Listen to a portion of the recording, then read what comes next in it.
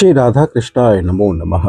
सर्वप्रथम मैं भगवान श्री राधा कृष्ण के श्री चरण कमलों की वंदना करता हूँ। आप सभी भक्त और श्रोताजनों को भी सादर नमस्कार करता हूँ। ग्रंथ श्री श्री राधा रस सुधा निधि से आज हम उस अध्याय का श्रवण करेंगे जिसका शीर्षक है राधा किंकरी की सेवा लालसा, जो इस ग्रंथ में इस प्रकार से वर्णित है।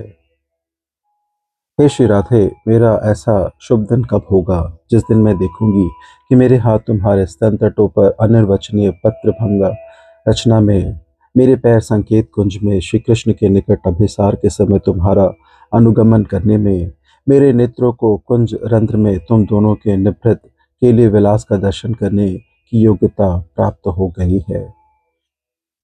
श्रीपाद को पिछले श्लोक में एक मधुर लीला का स्मरण प्राप्त हुआ था। स्फूर्ति में विराम आया तो उनके दैन्य आरती और उत्कंठा प्रार्थना तरंगों में व्यक्त होने लगे। क्या स्फूर्ति और क्या स्फूर्ति विराम! श्रीपाद का हृदय तो अभिष्ट के रूप गुनादि के माथुर आस्वादन की पिपासा से भरा रहता है। परम नाग कृष्ण ताहे हौ अति तृष्ण, भज तारे व्रज भाव लैया। यही रागानुगा भजन मार्ग का सार है। मंजरी भाव के साधकों के प्राणों की पिपासा मुख्य रूप से श्री राधा रानी के चरणों का ही आश्रय लेती है। सजातीय आश्रय स्निग्ध भक्तों के संग में अपने अभिष्ट के लीला कथा रस का सेवन करते हुए व्रज में वास करने में ही राग साधकों में वैसी इष्ट तृष्णा क्रमश प्रबल हो उठती है। रसिक भक्त संगे रहे परिति रंगे, व्रजपुरे बसती करिया। इस प्रकार के सजातीय स्निग्ध भक्तों के संग में साधकों का भक्ति रसवादन सुचारू रूप से संपन्न होता है और चित्त में क्रमश उन्नतर भक्ति रस का संचार भी होता है।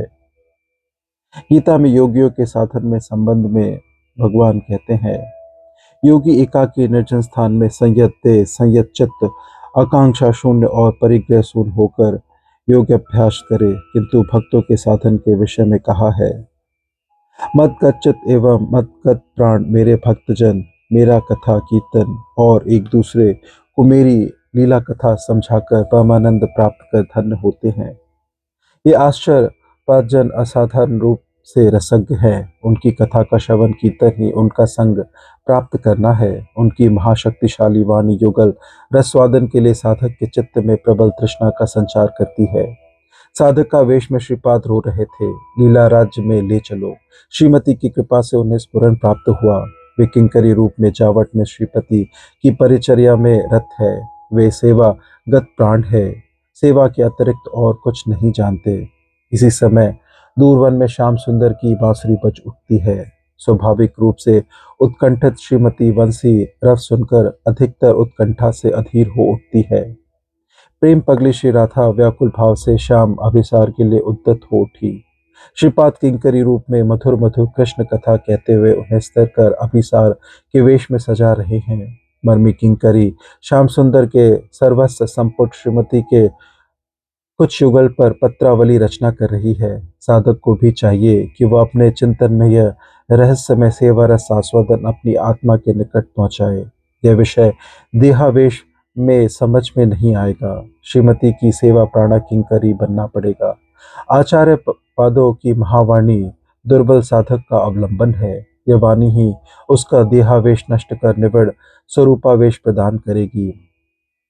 श्रृंगार रस अथवा सूची रस की उपासना, इससे अधिक पवित्र वस्तु जगत में और कोई नहीं। मुझ जैसा जीव अपने अदृष्ट दोष के कारण ऐसी पवित्र वस्तु की खोज पाकर भी उससे वंचित है। राधा किंकरी तत्व का अभिमान नहीं, हर समय देहावेश में मत्त है। जड़ीय स्त्री पुरुष अभिमान के रहते श्री राधा रानी के श्री अंग के चिंतन का अधिकार नहीं मिलता। श्रीपाद ने उत्कंठित श्रीमती की सेवा प्राणा किंकरी के रूप में उनके वक्षोषों पर पत्र भंग रचना कर दी है। उपलक्षण से यह समझना होगा कि उन्होंने अनन्य वेशभूषा भी संपन्न कर दी है। श्रीमती प्रबल अनुराग से भरकर श्याम अभिसार के लिए चल पड़ी। किंकरी अनुरागिनी के पीछे पीछे छाया की तरह कुंज रथ पर चलने लगी। स्वामिनी डर रही है, चकित नेत्रों से चारों ओर देख रही है। मर्मी दासी अभय दान कर सांत्वना साहस देकर प्रेममयी को संकेत कुंज ले जा रही है। प्रबल अनुराग से भरी श्रीमती कुंज द्वार पर आ पहुंची है। कुंज के भीतर है उत्कंठित श्याम सुंदर। निभृत निकुंज में उत्कंठित नागर के साथ अनुरागवती नगरी मणि का मिलन हुआ। परमोत्कंठा भरी उस मिलन माधुरी ने अनंत रस कलाएं प्रकट कर कुंज रंध्र पर आंखें टिकाए किंकरी के चित्त मन में विपुल आस्वादन का विस्तार किया है। अब सहसा स्फुरन में विराम आ गया। श्रीपाद साधक दशा में विपुल दैन्य में के प्रकट होने से अपने को अजात रति साधक समझ रहे हैं। यही कारण है कि वे हस्तपद नयनादि अपनी इंद्रियों को श्री राधा रानी की सेवा और युगल माधुरी दर्शन की सर्वथा अयोग्य मान रहे हैं। श्री राधा रानी के चरणों में प्रार्थना कर रहे हैं कि ऐसा शुभ दिन आएगा जब मैं ये देखूंगी कि मेरी हस्त पदादि इंद्रियां तुम्हारी सेवा की योग्य हो गई है। साधा का वेश में भी स्वरूप की सघन झंकार स्वयं को श्री राधा किंकरें ही मान रहे हैं। यद्यपि उनकी यथावस्थित देह का आवेश भी प्राकृत नहीं है, वे महाप्रभु के परिकर जो है, तथापि राधा दासत्व के आवेश में सभी कुछ भूल गए हैं। राधा किंकरी तत्व का अभिमान अन्य आवेशों को कवलित कर श्रीपाद के अंतर में सुमेरु शिखर शिखर की तरह सिर उठाए खड़ा है। मैं यह कब देख पाऊंगा, मेरे हाथों ने तुम्हारे कुछ कलसों पर पत्रावली रचना का सौभाग्य प्राप्त कर लिया है। मेरे पैरों ने तुम्हारे पीछे पीछे अभिसार के लिए जाने की योग्यता प्राप्त कर ली है और मेरे नेत्र भी तुम दोनों की लीला माधुरी दर्शन करने के योग्य हो गए हैं। श्रीपादक की साधक वेश के इस उक्ति में साधकों के लिए एक सुंदर सार शिक्षा निहित है। मुझ जैसे व्यक्ति बहुत बार मुंह से उच्च स्तरीय राजमार्ग की बातें कर स्वयं को राग भजन का उच्च अधिकारी मानकर अभिमान किया करते हैं। वे ये सोचते भी नहीं कि उनके चित्त मन में वैसी योग्यता अथवा अधिकार है ही नहीं। श्रीमद रूप गोस्वामी पाद ने लिखा है, रागात्मिका भक्ति में श्री कृष्ण के नित्य परिकर निष्ठावान व्रजवासियों का श्री कृष्ण के प्रति जो जातीय भाव है, उसे प्राप्त करने के लिए लुप्त व्यक्ति ही रागानुगा मार्ग का अधिकारी है। ब्रज की नित्य सिद्धा श्री रूप मंजरी, श्री रति मंजरी इत्यादि का श्री युगल किशोर के प्रति जो भाव है, वो भाव प्राप्त करने के लिए लोभ ही मंजरी भाव साधकों में राग साधना का अधिकार या योग्यता लाता है। जो वास्तव में लुब्ध व्यक्ति है, उसे लोभनीय वस्तु प्राप्त करने के लिए सदा सचेष्ट रहते देखा गया है। जो क्षण प्रभा या बिजली की तरह चित्त में क्षण भर को प्रकट होकर दूसरे ही क्षण चित्त में इतर वस्तु की प्राप्ति के लिए विक्षेप जगाता है, उसे वास्तविक लोभ की संज्ञा से कभी अभिहित नहीं किया जा सकता। शील विश्वनाथ चक्रपाद ने अपने राघवत्व चंद्रिका में प्रकृत लोभ के लक्षण बताए हैं। प्रकृत लोभ उत्पन्न होने पर अभिष्ट भाव प्राप्त करने के शास्त्र प्रदर्शित साधन के संबंध में आप बाहर गुरु रूप से और अंतर में अंतर्यामी रूप से अपना तत्व प्रकट करते हैं।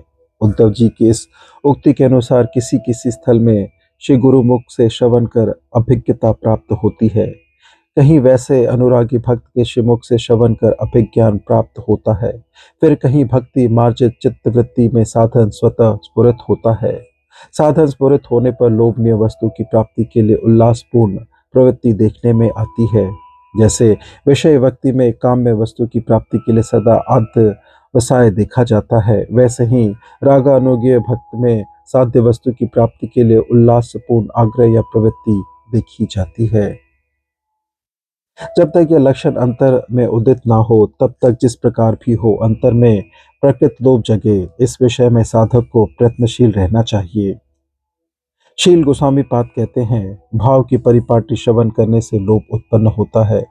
गोस्वामी पादों की वाणी में मंजरियों की युगल किशोर के प्रति भाव परिपाटी अजसत्र रूप से निहित है। अतएव इस महावाणी का श्रवण कीर्तन ही लोभ प्राप्ति का श्रेष्ठतम साधन है।